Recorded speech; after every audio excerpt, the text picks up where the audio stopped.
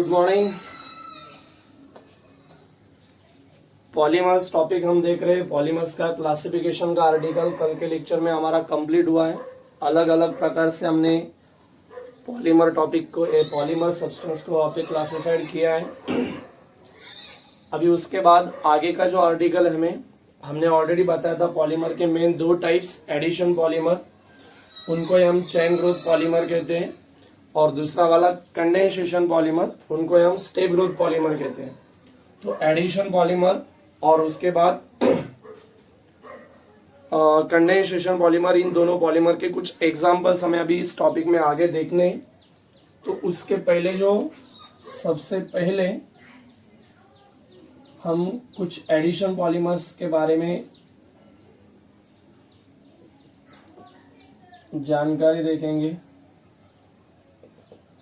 उन addition polymer में से एक छोटा सा पहला आर्टिकल है। हमें ऑलरेडी अभी एडिशन पॉलीमर में 4 एडिशन पॉलीमर का यहाँ पे प्रिपरेशन और उसके कुछ प्रॉपर्टीज वगैरह दिए। उसमें से पहला रहेगा एलडीपी यानी कि low density polymer of ethene. Second one है एचडीपी यानी कि high density polymer of ethene.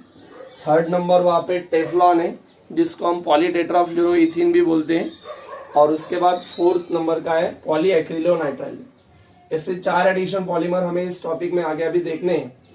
तो एडिशन पॉलीमर का, इन चारों पॉलीमर का प्रिपरेशन देखने के पहले हमें जो एडिशन पॉलीमर है, चेन ग्रोथ पॉलीमर है, उसका थोड़ा मैकेनिज्म देखना है, free radical mechanism.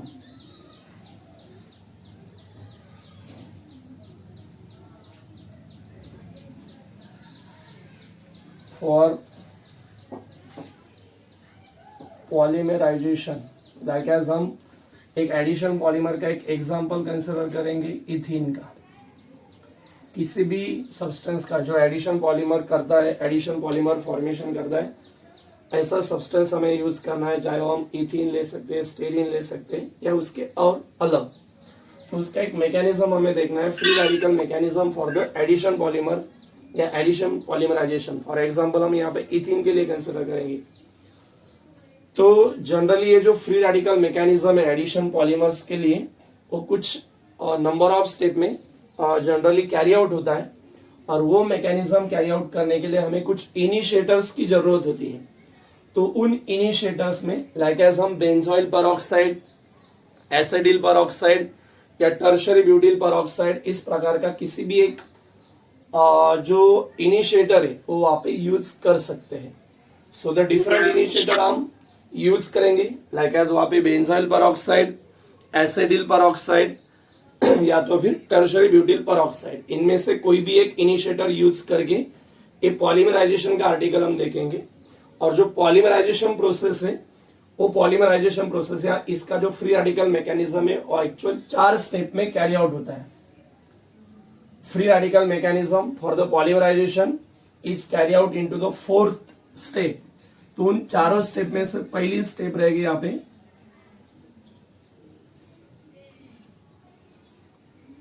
Formation of free radical. अभी बेसिक केमिस्ट्री का इसके पहले अपना हुआ है, उसमें मैंने आपको बताया है कि एक्चुअल कुछ सब्सटेंस या कुछ आयंस होते हैं, जिन आयंस पे पॉजिटिव चार्ज होता है, उन प्रकार के आयंस को हम कैटायन कहते हैं, पॉजिटिव आयन को। और कुछ टाइप के आयंस होते हैं जिन पे नेगेटिव चार्ज होता है, उनको हम अनायंस कहते हैं।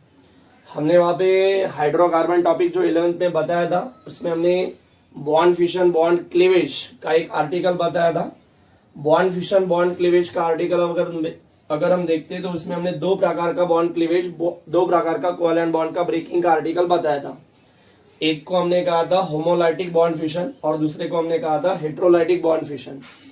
होमोलाइटिक बॉन्ड फिशन का मतलब होता है जनरली किसी भी 2 कोवैलेंट एटम में एक बॉन्ड जो फॉर्मेशन होता है, जो 2 एटम्स में कोवैलेंट बॉन्ड फॉर्मेशन होता है, जनरली उनकी इलेक्ट्रोनेगेटिविटी अप्रोक्सीमेटली सेम होती है, नियरली सेम होती है। और जब वहाँ का बॉन्ड हम कोवैलेंट बॉन्ड जब हम ब्रेक करते हैं, तो बॉन्ड ब्रेक होते समय वहाँ पे वो इक्वली ब्रेक होता है, इक्वली इलेक्ट्रॉन डिस्ट्रीब्यूशन करके वो ब्रेक होता है। तो इसके कारण जो प्रोडक्ट हमें मिलते हैं उस पर कोई भी चार्ज होता नहीं है।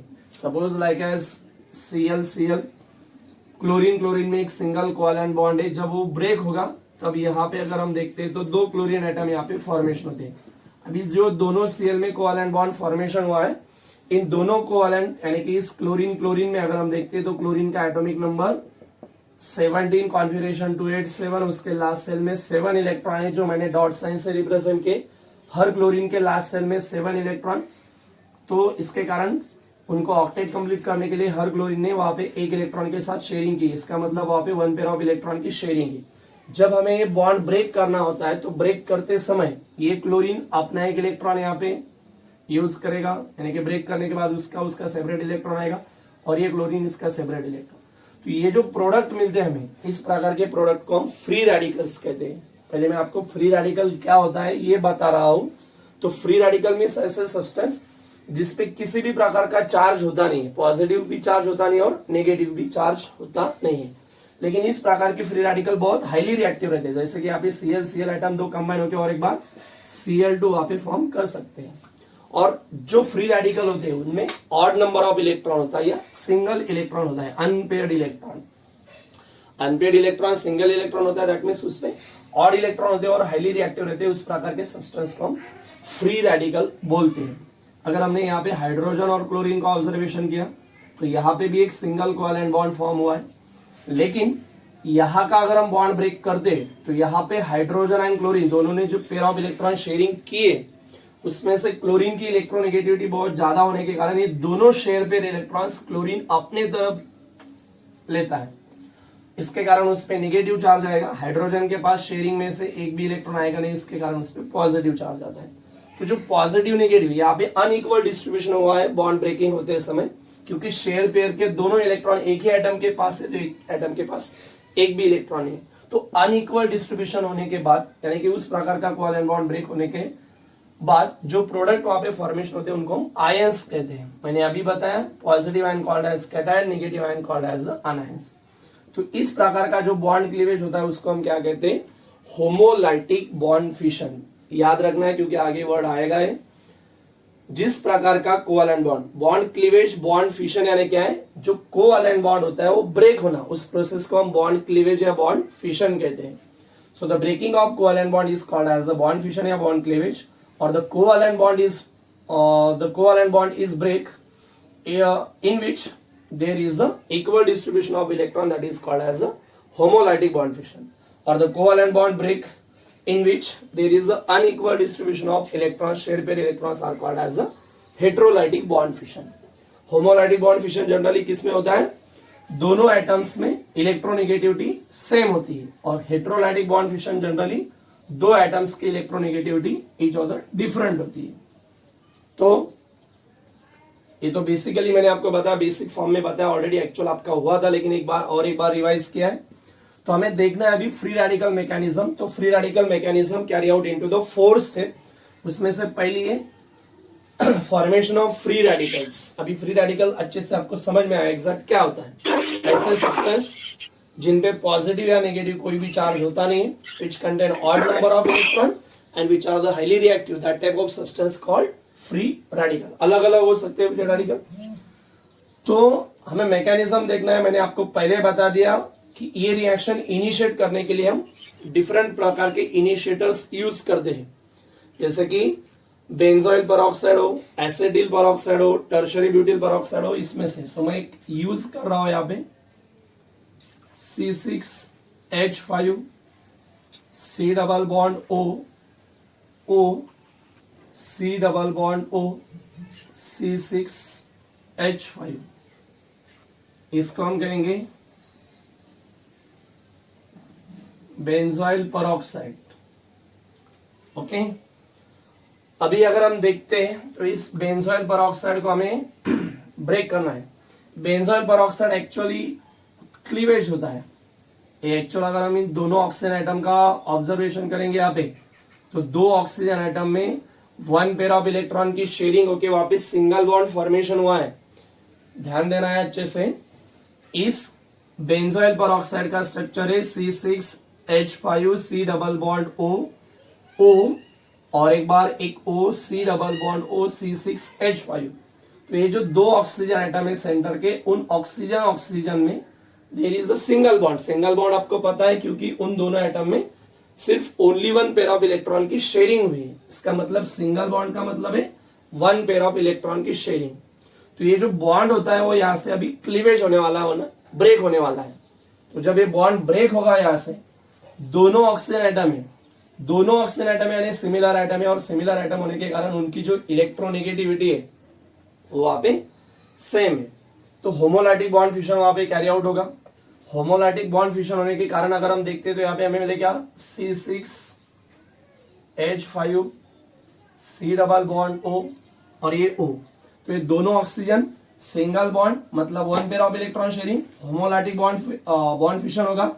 इसके कारण ये ऑक्सीजन अपना एक इलेक्ट्रॉन इसके पास लेता है। ये डॉट का मीनिंग उसका एक इलेक्ट्रॉन है।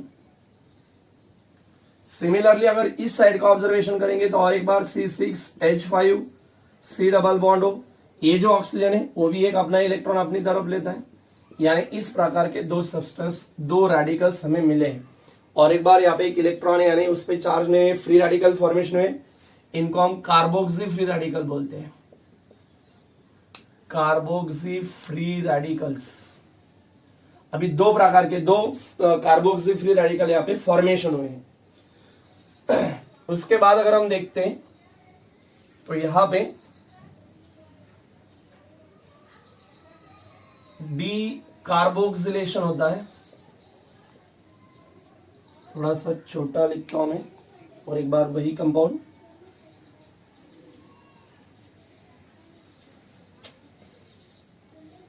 C6H5 C double bond O oxygen, उसके बाद C double bond O C6H5 benzoyl peroxide. अभी आपको ये समझ में आया, इसका क्लीवेज होगा, बॉन्ड ब्रेक होगा इस ऑक्सीजन का, तो मिलेगा हमें C6H5 C double bond O, उसके बाद A और एक ऑक्सीजन। इस ऑक्सीजन के पास एक इलेक्ट्रॉन, सेम इस साइड का एक मॉलिक्यूल यानी कि ऐसे दो molecules C6H5 C double bond O, इसको हम कहेंगे कार्बोक्सी फ्री रेडिकल। तो यहाँ पे कार्बोक्सी फ्री रेडिकल के दो मोल्स यहाँ पे मिलेंगे। जो फॉर्मेशन होते हैं कार्बोक्सी फ्री रेडिकल्स, उनका यहाँ पे इमीडिएटली डी कार्बोक्सिलेशन होता है, अपने आप डी कार्बोक्सिलेशन होता है उनका इमीडिएटली, डी कार्बोक्सिलेशन। अभी डी कार्बोक्सिलेशन का मतलब इसके पहले हमने बताया है 11th में 12th में, इसके पहले जो केमिस्ट्री के टॉपिक हुए तो ये वर्ड एक दो बार हमारा आया है, उससे ज्यादा टाइम्स आया होगा। तो डी कार्बोक्सिलेशन का मतलब है जिस प्रकार के केमिकल रिएक्शन में CO2 इलिमिनेट होता है, CO2 रिमूव होता है।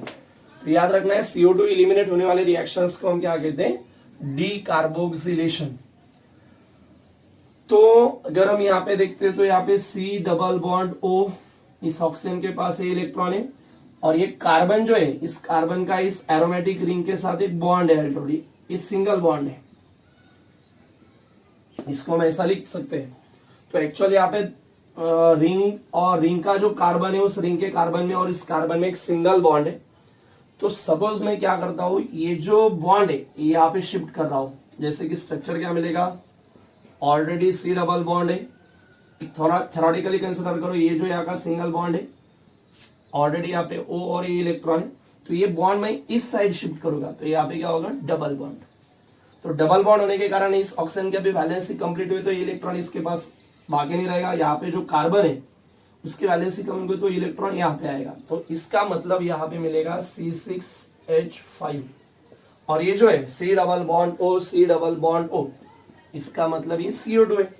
CO2 को अगर स्ट्रक्चरल फॉर्म में लिखेंगे, इसका इलेक्ट्रॉनिक कॉन्फिगरेशन वगैरह, इलेक्ट्रॉनिक स्ट्रक्चर, लेवी स्ट्रक्चर अगर ड्रॉ करेंगे तो ये ऐसा मिलेगा, ठीक है, नहीं स्ट्रक्चर। तो एक्चुअल उसका मॉलिक्यूलर फॉर्मूला CO2 है, और इस पे जो कार्बन है रिंग का, एक्चुअल उस कार्बन पे जो इलेक्ट्रॉन है वो यहाँ पे बाकी रहेगा। तो इसको हम कहेंगे phenyl free radical, phenyl free radical. ये 2 मोल्स है और एक बार एक मोल्स का एक CO2 और एक बार इलिमिनेट होगा, यानी कि और एक CO2, दूसरे मोल का और एक फेनिल यहाँ पे फॉर्मेशन होगा, तो और एक फेनिल ग्रुप, यानी कि ऐसे फेनिल रेडिकल्स के 2 मोल्स हमें वहां पे मिल जाएंगे। तो यहाँ पे अगर हम देखते हैं तो benzoyl peroxide as a initiators का यूज करके हमने सबसे पहले फेनिल फ्री रेडिकल में उसको कन्वर्ट किया, यानी कि पहले हमने एक फ्री रेडिकल बनाया है। तो इस स्टेप को हम क्या कहते हैं, फॉर्मेशन ऑफ फ्री रेडिकल्स। अभी पहली स्टेप हमारी यहाँ पे कंप्लीट होती है, जहां पे हमें फेनिल रेडिकल मिलेगा। आप यहाँ पे C6H5 की जगह CH3 ले सकते हो। यहाँ पे अगर C6H5 के और एक बार CH3 लिया तो दोनों C6H5 के जगह CH3 लिया तो उसको हम एसिडिल परऑक्साइड कहेंगे, सेम मिलेगा। यहाँ पे सिर्फ हमें मिथिल ग्रुप मिलेगा, फेनिल के अलावा मिथिल, यानी कि मिथिल और फ्री रेडिकल मिलेगा। कौन सा भी आप यहाँ पे यूज कर सकते हो, मैंने ये यूज किया है।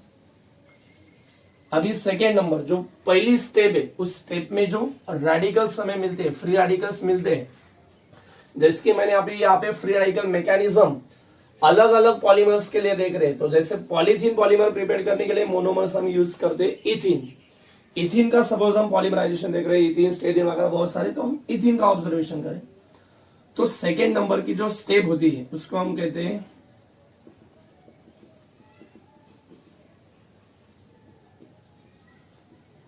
Chain initiating step. Chain initiate होने वाली स्टेप, तो हमें पॉलीमराइजेशन यहाँ पे इथीन का देखना है, इसलिए हम पहले स्टेप में जो फेनिल रेडिकल हमें मिला है वो यहाँ पे लेते हैं, फेनिल फ्री रेडिकल। उस फेनिल फ्री रेडिकल को हम ऐड करेंगे, हमें पॉलीमराइजेशन इथीन का बताना है, सो इथीन मॉलिक्यूल के साथ हम ऐड करेंगे इथीन, कॉमनली हम इसको इथिलीन भी बोलते हैं। तो ये ऐड होने के बाद अगर हम देखेंगे, अभी ये C6H5 है ऑलरेडी, यहाँ पे CH2 डबल बॉन्ड CH2, ये एक्चुअली इससे बेंजीन रिंग है कि नहीं, ये यहाँ पे कार्बन एक्चुअली इसकी वैलेंसी कम है, इसके पास इलेक्ट्रॉन है, तो ये CH2 डबल बॉन्ड CH2, ये कार्बन क्या करेगा, यहाँ पे जो डबल बॉन्ड है उसमें का एक बॉन्ड यहाँ पे शिफ्ट करता है कि नहीं। तो यहाँ का इलेक्ट्रॉन अभी यहाँ इस कार्बन की वैलेंसी कंप्लीट होने के बाद जो इलेक्ट्रॉन रहेगा वो आगे के कार्बन, जिस कार्बन की वैलेंसी कंप्लीट नहीं हो वहां पे शिफ्ट होगा, तो ये मिलेगा हमें। सिमिलरली इसको हम ऐसा लिखेंगे, ये जो डबल बॉन्ड है इस एक्चुअली हाइड्रोजन के साथ बॉन्ड नहीं है, कार्बन के साथ बॉन्ड है, तो ये CH2 यहाँ का जो इलेक्ट्रॉन है वो यहाँ पे आगे शिफ्ट होगा लास्ट वाले कार्बन के पास, क्योंकि उसकी वैलेंसी कंप्लीट नहीं है, 4 बॉन्ड होने चाहिए। तो इस कार्बन के साथ एक, 2 हाइड्रोजन के साथ, और ये इलेक्ट्रॉन ऑलरेडी आपके प्रेजेंट आगे देखेंगे। तो इससे पहला थोड़ा सा लार्ज चेन वाला फ्री रेडिकल हमें मिला है, लार्जर फ्री रेडिकल यहाँ पे फॉर्मेशन होता है। तो इस प्रकार की जो स्टेप होती है उस स्टेप को हम क्या कहते हैं, चेन इनिशिएटिंग स्टेप। मैकेनिज्म की सेकेंड नंबर की स्टेप चेन इनिशिएटिंग स्टेप। तो चेन इनिशिएटिंग स्टेप में हमने बताया, in this step the form phenyl free radical, जो पहले स्टेप में जो फेनिल फ्री रेडिकल वहां पे मिलता है हमें, उसको हम ऐड करेंगे, add with ethylene molecules, then to form the larger free radicals, large size का वहां पे फ्री रेडिकल्स वहां पे मिलता है। उसके बाद मैकेनिज्म में थर्ड नंबर की स्टेप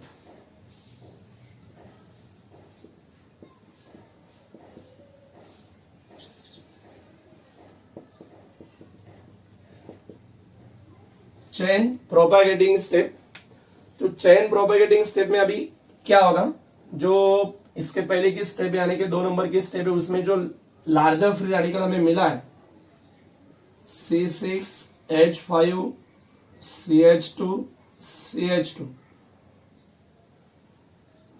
लार्जर फ्री रेडिकल्स, इसको हम क्या करेंगे, और एक बार नेक्स्ट मोल ऑफ इथिलीन के साथ रिएक्ट करेंगे, नेक्स्ट मोल ऑफ इथीन या इथिलीन, चाहे आप इथीन बोल सकते हो या कॉमन सिस्टम में इथिलीन, और एक बार क्या होगा, same structure C6H5 CH2 CH2, ये ऑलरेडी पहला वाला स्ट्रक्चर है रेडिकल का, और उसमें हम क्या ऐड कर रहे हैं, CH2 डबल बॉन्ड CH2।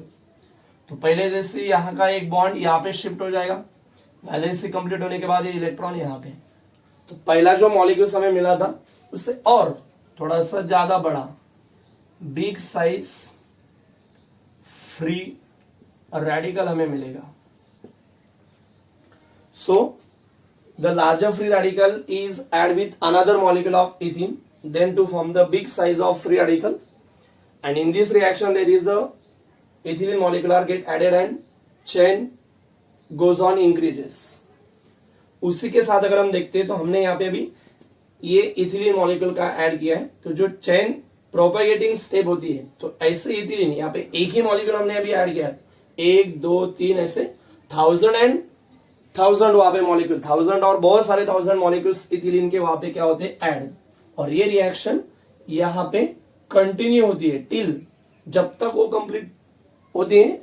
जैसे कि बहुत सारे 1000 मॉलिक्यूल्स मोर देन 1000 मॉलिक्यूल्स वहां पे ऐड होते रहते हैं तब तक ये रिएक्शन वहां पे कंटिन्यू होती रहेगी. सो यहाँ पे हम बता सकते हैं this reaction is continue till 1000 and 1000 molecules of ethylene get added. बहुत सारे हजारों मॉलिक्यूल्स वहां पे इथिलीन के वहां पे ऐड होती है, and that step is called as the chain propagating step.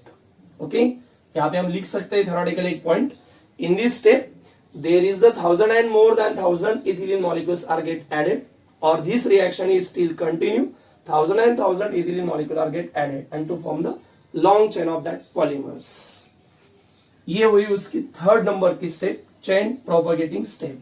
अभी लास्ट वन मैंने आपको बताया कि 4 स्टेप में होता है, तो 4 स्टेप में से 3 स्टेप मैंने आपको बताया. अभी फोर्थ नंबर की स्टेप चेन टर्मिनेटिंग स्टेप. इसके नाम में टर्मिनेट यानी टर्मिनल यानी एंड करना, एंड. तो इस प्रोसेस को जो रिएक्शन अभी हम देख रहे हैं, इथिलीन मॉलिक्यूल जब तक ऐड होते रहेंगे तब तक ये प्रोसेस चालू रहेंगे, उसमें और एक इथिलीन मॉलिक्यूल ऐड होता रहेगा और ये चेन लंबी होती रहेगी और इथिलीन मॉलिक्यूल ऐड होगा और लंबी होगी, यानी ये प्रोसेस स्टिल कंटिन्यू होती रहती है जब तक उसमें हम इथिलीन मॉलिक्यूल्स ऐड करते जाएंगे. तो ये जो चेन है वो बहुत सारी लॉन्ग मिलते जाएंगे. तो ये रिएक्शन है, ये जो चेन है उस चेन को हमें, इस कंटिन्यूअस चेन को कभी तो भी स्टॉप करना है कि नहीं, पॉलीमर प्रिपेयर करने के लिए. तो स्टॉप करने के लिए पॉलीमर फॉर्मेशन करने के लिए एक तो हम वहां पे इस कंटिन्यूअस चेन को स्टॉप करने के लिए उसमें हम ऑक्सीजन जैसी इम्प्यूरिटी ऐड कर दें, या तो फिर ये जो चेन हमें मिलती है लॉन्ग चेन, ऐसे 2 चेन उसको हम कपल कर दें. दोनों चेन को अगर हम कपलिंग करेंगे तो वहां पे जो रिएक्शन है कंटिन्यू होने वाली वो वहां पे स्टॉप होती है. या तो फिर जो इथिलीन मॉलिक्यूल हम यहाँ पे ऐड कर रहे हैं उसका सप्लाई बंद कर डालेंगे, उसको अगर हम ऐड करेंगे उसको सप्लाई नहीं करेंगे तो एडिशन होता नहीं. तो अलग अलग कंडीशन है, एक तो वहां पे ऑक्सीजन सब्सटेंस की इंप्यूरिटी ऐड करके वो रिएक्शन स्टॉप करेंगे कंटिन्यूअस होने वाली, या तो फिर यहाँ पे जो इथिलीन मॉलिक्यूल ऐड हो रहा है उसका सप्लाई हम उसमें बंद कर देंगे. अभी गाड़ी चालू है, गाड़ी में जब तक पेट्रोल है वो गाड़ी चालू रहेगी, उसमें अगर हम पेट्रोल ऐड करेंगे नहीं तो गाड़ी वहां पे स्टॉप होती है. तो उसी तरह यहाँ पे इथिलीन अगर हम ऐड करना बंद कर देंगे, उसको स्टॉप कर देंगे तो रिएक्शन अपने आप स्टॉप होती है. या तो फिर 2 कंटिन्यूअस चेन रिएक्शन को क्या करना पड़ेगा, कपल करना पड़ेगा, जोड़ना पड़ेगा, तब ये रिएक्शन क्या होती है, स्टॉप होती है. तो इन तीनों में से कोई भी एक प्रोसेस आप यूज कर सकते हो. तो लाइक एज मैं यहाँ पे अभी लिख रहा हूं, एक कंटिन्यूअस चेन रिएक्शन जो हमें मिलती है C6H5 CH2 CH2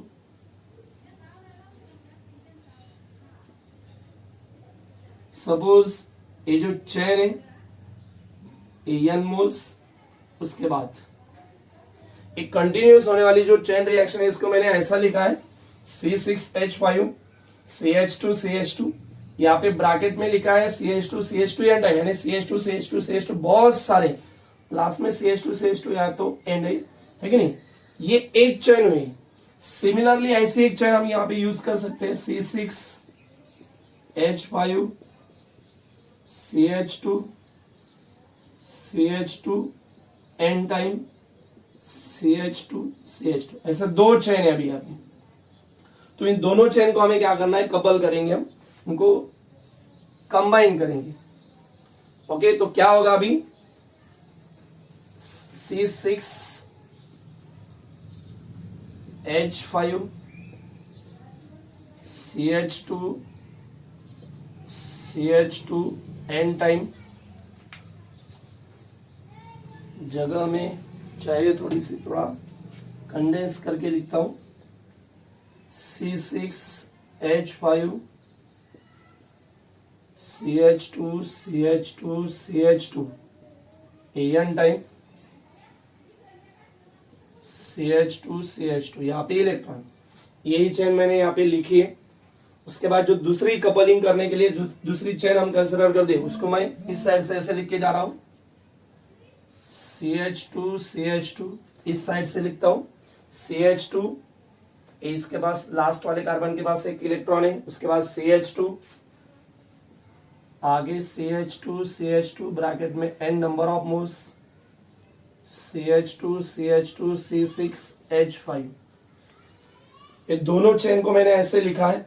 अभी होता क्या है, इन दोनों चेन को हम कपल कर रहे हैं, तो इस एंडिंग का जो कार्बन है उसके पास एक इलेक्ट्रॉन है, इस कार्बन के पास एक इलेक्ट्रॉन है, तो ये जो दो कार्बन है वो क्या करेंगे, अपने एक एक इलेक्ट्रॉन क्या करते हैं, शेयर करते हैं। और आपको पता है मैंने अभी बताया था, सपोज यहाँ पे अगर हम देखते हैं तो क्लोरीन हाइड्रोजन का डायरेक्ट सिंपल एग्जांपल कंसीडर करेंगे। हाइड्रोजन, इस हाइड्रोजन के पास एक इलेक्ट्रॉन, इस हाइड्रोजन के पास इलेक्ट्रॉन, तो दो हाइड्रोजन आइटम में वन पेयर ऑफ इलेक्ट्रॉन की शेयरिंग है, इसका मतलब उसमें सिंगल बॉन्ड है। तो यहाँ पे भी अगर हम देखते हैं तो कार्बन कार्बन वहां पे वन पेयर ऑफ इलेक्ट्रॉन की शेयरिंग कर दें, इसका मतलब उस कार्बन कार्बन में क्या होगा, सिंगल बॉन्ड। अभी अगर आप यहाँ पे देखते हैं तो यहाँ पे चेन स्टॉप हुई, यहाँ पे चेन स्टॉप हुई, ये हमें मिला है पॉलीथीन। तो ये जो कंटिन्यूअस होने वाली स्टेप थी, चेन प्रोपोगेटिंग स्टेप, इस कंटिन्यूअस रिएक्शन को हमने स्टॉप किया है। कैसे स्टॉप किया है, by coupling of continuous chain. यहाँ पे हमने दो चेन को कपल किया है, या तो फिर मैंने आपको बताया इसमें इंप्यूरिटी ऐड करेंगे लाइक एज ऑक्सीजन जैसी, या तो फिर there is stop of supply of ethyne या इथिलीन मॉलिक्यूल, उसका अगर हम सप्लाई बंद कर देंगे तो ये तभी भी वो रिएक्शन स्टॉप हो सकती है।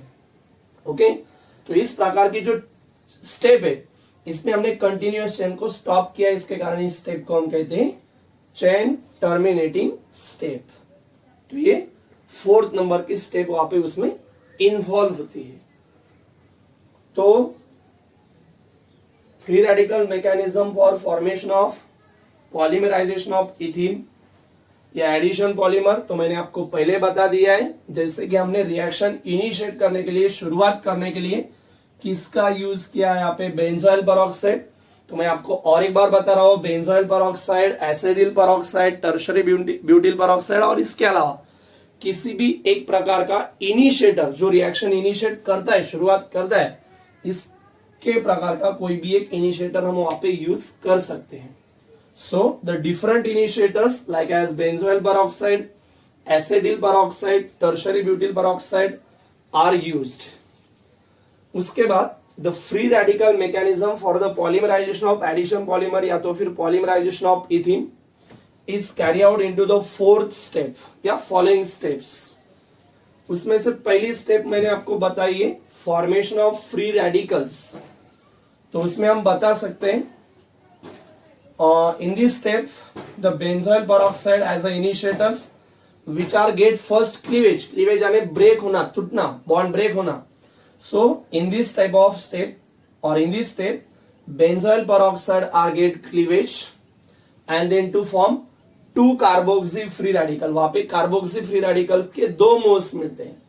benzoyl peroxide are get cleavage और benzoyl peroxide get homolytic cleavage, क्योंकि वहां पे homolytic bond fission हुआ है, होमोलाइटिक फिशन या homolytic cleavage, and to form 2 carboxy free radical.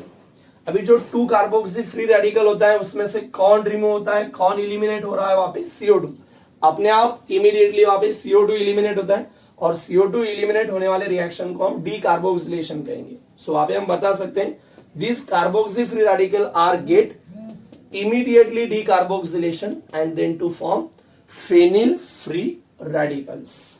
क्या बताया, benzoyl peroxide are get homolytic bond fission या homolytic cleavage, then to form the 2 carboxy free radical, and these carboxy free radical are immediately undergoes the decarboxylation then to form the 2 phenyl free radicals। उसके बाद आप ये reaction उसके नीचे लिख सकते हो, and that step is called as a formation of free radical। उसके बाद सेकेंड नंबर की स्टेप हमने वहां पे बताई, सेकेंड नंबर की स्टेप की हमने हेडिंग ऐड की चेन इनिशिएटिंग स्टेप। तो यहाँ पे हम बता सकते हैं, अभी पहले स्टेप में जो फेनिल फ्री रेडिकल हमें मिले, तो फेनिल फ्री रेडिकल हमने यहाँ पे यूज किया है, और उस फेनिल फ्री रेडिकल के साथ हम इथिन मॉलिक्यूल वहां पे ऐड कर रहे हैं, और ऐड करने के बाद हमें उस फेनिल फ्री रेडिकल के कंपेयर में थोड़ा सा लार्ज फ्री रेडिकल, आगे का रेडिकल हमें वहां पे मिल जाता है। तो वहां पे हम सेकेंड स्टेप में बताएंगे कि the form phenyl free radicals, जो पहले स्टेप में मिला है वो the form phenyl free radicals is added with ethylene molecules. The form phenyl free radical is added with ethyne या ethylene molecules then to form larger free radicals. उसके compare में large size का वहां पे फ्री रेडिकल्स वहां पे मिलता है। In that type of step there is the chain initiate, so that's why that step is called as the chain initiating step. उसके बाद ये रिएक्शन आप लिख सकते हो। उसके बाद हमने थर्ड नंबर की हेडिंग यहाँ पे ऐड की है, थर्ड नंबर की स्टेप वहां पे इंक्लूड होती है, that is chain propagating step. तो चेन प्रोपेगेटिंग स्टेप में हमने बताया सेकेंड नंबर के स्टेप में जो लार्जर फ्री रेडिकल मिलता है, उसी लार्जर फ्री रेडिकल को हमने ethyne, next mole of ethylene, अगले नेक्स्ट और मोल्स वहां पे इथिलीन के हम ऐड कर रहे हैं। So the larger free radicals is added with another ethyne या ethylene molecules and then to form big size of free radicals. Okay, उसके बाद आप ये रिएक्शन, उसकी थर्ड नंबर की रिएक्शन लिखेंगे, और वहां पे एक पॉइंट आप मेंशन कर सकते हो, क्योंकि जो थर्ड नंबर के स्टेप इतनी नहीं है, इसमें अभी ये जो इथिलीन मॉलिक्यूल है और एक ऐड होगा, उसके बाद और एक इथिलीन मॉलिक्यूल ऐड होता रहेगा, यानी कि ये रिएक्शन अभी यहाँ पे कंटिन्यू होती रहेगी। एक एक ये ऐड होने के बाद यहाँ पे ये इधर आएगा, और एक ऐड होने के बाद वहां पे ये इलेक्ट्रॉन यहाँ पे आएगा। तो इसका मतलब ये चेन यहाँ पे कंटिन्यू होती रहेंगी। सो यहाँ पे आप एक पॉइंट बता सकते हो, this continuous reaction is still there is 1000 और more 1000 ethylene molecule are get added, so propagating step. Okay, और उसके बाद फोर्थ नंबर की हेडिंग, फोर्थ नंबर की स्टेप वहां पे लिखी है चेन टर्मिनेटिंग स्टेप। तो चेन टर्मिनेटिंग स्टेप में हम लिख सकते हैं कि ये जो कंटिन्यूअस चेन रिएक्शन है, कंटिन्यूअस होने वाली जो रिएक्शन है, उसको हमें अभी स्टॉप करना है।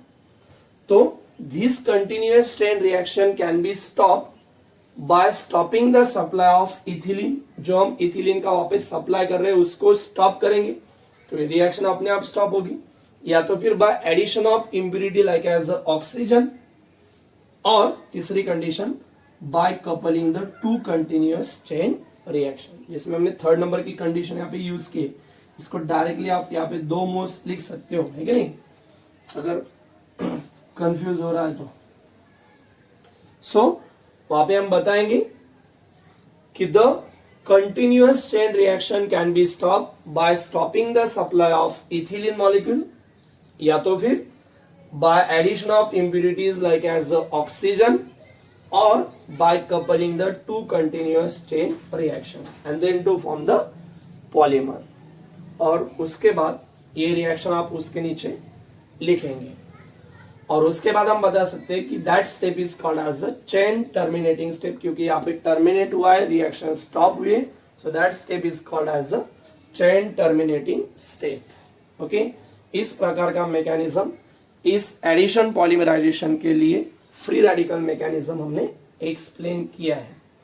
अभी हम जो एडिशन पॉलीमर्स का आर्टिकल हमने जो शुरू किया अभी क्लासिफिकेशन के बाद का, तो इस एडिशन पॉलीमर को मैंने आपको बताया कि उसको हम चेन ग्रोथ पॉलीमर कहते हैं। तो इनके हमें चार प्रकार के 4 एग्जांपल्स वहां पे देखने हैं, जिनका प्रिपरेशन का आर्टिकल आगे हमें है।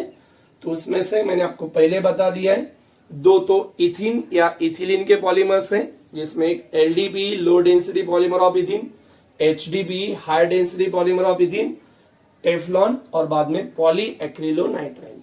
तो ये जो आर्टिकल्स रहेगा इन चारों पॉलीमर्स के लिए वो हम नेक्स्ट लेक्चर में देखेंगे।